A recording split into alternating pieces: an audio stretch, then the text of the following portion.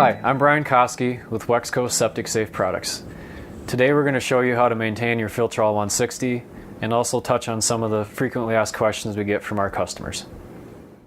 So the first step is we're going to have to remove the lid from the Filtrol. So you're going to take the clips off the side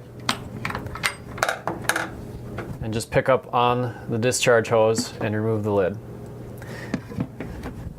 Now if you do have trouble removing the lid, if the O-ring dries out, you just take a flat blade screwdriver and just to the right of the lid clips there's a small opening and you just pry up on the lid and pop it off.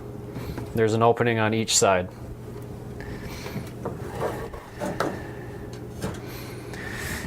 If the O-ring does dry out, you're going to want to put more lubricant on the O-ring and on the lid itself. We recommend using a silicone-based lubricant or petroleum jelly. If the O-ring happens to crack or get dried out to the point where it might leak, we do have spare O-rings on our website at septicsafe.com. Now that we have the lid off, we're going to go ahead and take the filter bag out. What you want to do is take the filter bag over a trash can and empty it out inside out into the trash can. And you can either scrape the material out with your fingers or use rubber gloves if you'd like to. Turn the bag back in on itself. Rinse it out one more time over a sink. Pulling some of the material down helps loosen lint that's stuck. Let it drain and then empty it out one more time inside out over a trash can. Reverse the bag back open and go ahead and reinstall the bag and the lid. Clip it back on.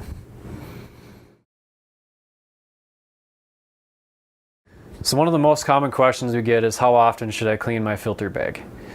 A good rule of thumb is to clean it every 6 to 8 loads depending on what you're washing. If you have a lot of pet hair or really dirty clothes, your filter bag might need to be cleaned more frequently. Another good rule of thumb is just to clean it once a week.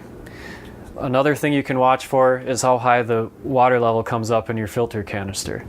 If it starts to come up more than halfway, that's a pretty good indication that the filter is plugging up and not allowing water to come through fast enough. Another common issue we see is homeowners using liquid fabric softener. Liquid fabric softener is a wax type substance that can plug up the filter holes really quickly. We recommend not using liquid fabric softener when you use a Filtrol 160. If the filter does become plugged where it can't take water any longer, there are bypass holes in the top of the filter ring that allow water to bypass the filter so you don't have to worry about backups. One of the other common questions we get is how often should I replace my filter bag? The filter bags typically last anywhere from 1 to 3 to 4 years depending on use and what you're washing. Every time you clean your filter bag, you're going to want to inspect it for tears or stitching missing on the filter bag itself. If you see any of those sorts of issues, you're going to want to replace the filter bag. And you can find those on our website at septicsafe.com. One of the other things you're going to want to do is keep an eye on the fittings and hose connections over time to make sure they're not leaking. If they do happen to leak, just address them as needed. If you happen to notice soap scum building up on the inside of the canister, you can simply remove the canister and rinse it out inside of a sink. We're going to go ahead and do that by taking the lid off and removing the filter.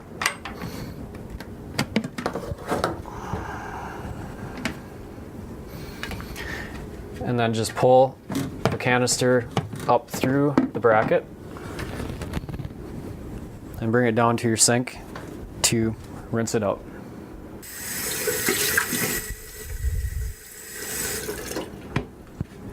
Then you can go ahead and reinstall the canister in the bracket.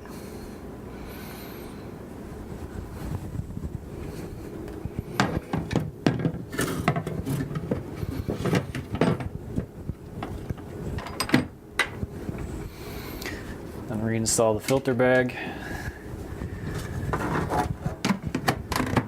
Attach the lid, the clamps. So that's all there is to cleaning and maintaining your Filtrol 160. If you have any other additional questions, feel free to refer to your maintenance manual provided with the Filtrol, or visit our website at septicsafe.com. Thank you for watching.